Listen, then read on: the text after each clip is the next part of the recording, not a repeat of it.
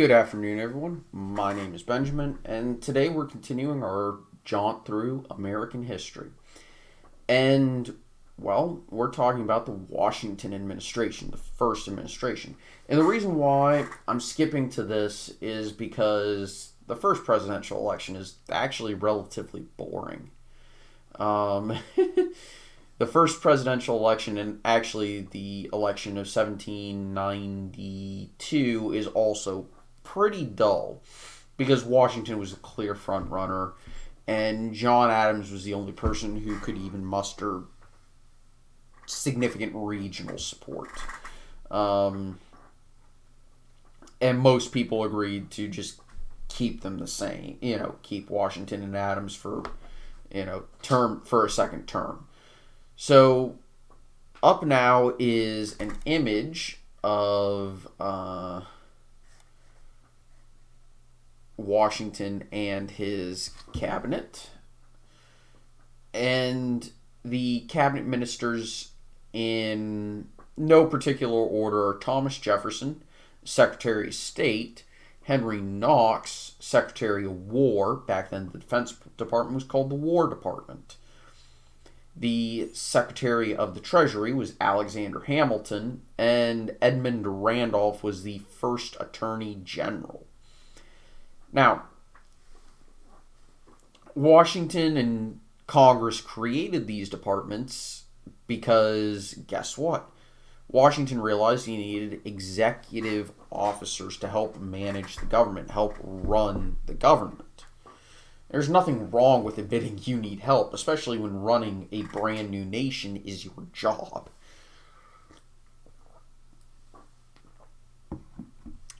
And fun fact, Washington didn't wear a wig. He actually wore his own hair, unlike I think everyone in the cabinet other than Jefferson. Jefferson was quite famous for wearing his own hair, basically. Now, Henry Knox was chosen because he was a military expert. Makes sense. About the only person who I could argue was even remotely qualified to be in the position of Secretary of War other than Henry Knox was Nathaniel Greene. Alexander Hamilton was chosen because, let's be honest here, there was no more... As much as I disagree with him on quite a number of issues, it's hard to argue that Alexander Hamilton wasn't the nation's foremost financial expert. Jefferson was he was an expert in domestic and international politics. International commerce was an area where I don't think he quite was the expert. But Jefferson was probably the most qualified individual to be Secretary of State at that time. He had been a governor. He had been a foreign diplomat. He was extremely well read. To put it another way, the Library of Congress was founded around Jefferson's extensive library. And Edmund Randolph was... actually, Edmund Randolph was extremely qualified. It's just, I don't necessarily think he would have been the first person I would have chosen as Attorney General. But then again, my first choice happened to be in Washington's cabinet and was the Vice President. So, pump those brakes a little bit there. Seriously, John Adams would have been my first choice for Attorney General. But, okay. Anyway,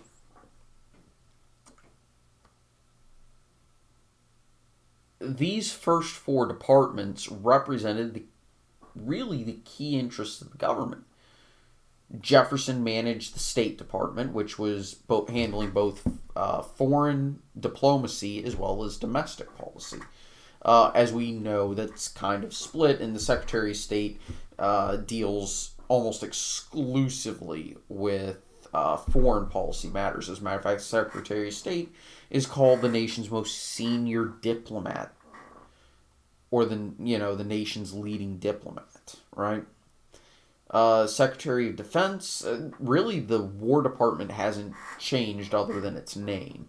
Treasury Department has taken on some things, but has passed in some regards a lot of its policy and a lot of its authority to the Internal Revenue Service, the IRS, as well as to the Federal Reserve System. But both fall under the auspices of the Treasury Department broadly, though there is some issues, right? And the Attorney General broadly handles the same policy. It's really, most things stem from what used to be the State Department, right? Some other notable things about Washington's presidency. He wasn't universally loved like some people think. There were people who didn't like his presidency, particularly in its waning years. Though he was always popular, it was, broadly speaking, nationally, he probably would have had an above 60% approval rating for his entire presidency. It's just there would have been localized pockets of, come on, Washington, you know better. You were the person who led our fight for freedom. And I could talk all day about what I'm actually going to cover in the next video, which dealt with a national excise tax on whiskey. Yeah, that's a thing. We're going to talk about the Whiskey Rebellion. And I'm sorry about my phone going off. Sorry about that.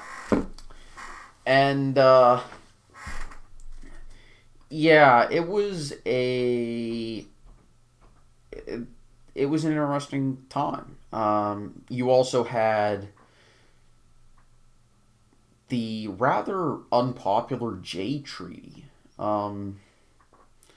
While if you watch, say, the HBO miniseries John Adams, you would get the impression that the Jay Treaty only narrowly passed the Senate, but it passed because I believe treaties needed 2/3 approval to ratify at the time. Even so, it didn't pass via John Adams' tiebreak.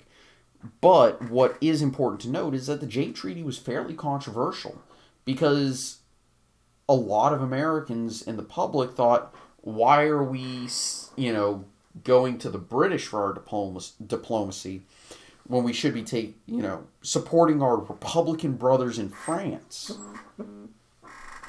But yeah, that's really it.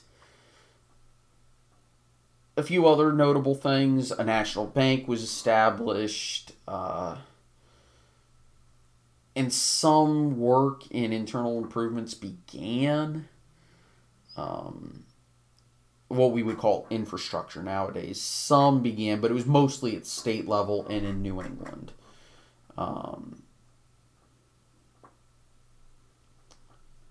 Trying to think of any other major things from the Washington administration. Obviously, he set the 2-term precedent that lasted until FDR. And actually, one precedent that he set, we don't keep today. George Washington preferred to be called His Excellency, not Mr. President, as the myth commonly holds. That said, it is a lot more humble than what John Adams thought Washington should be called. Adams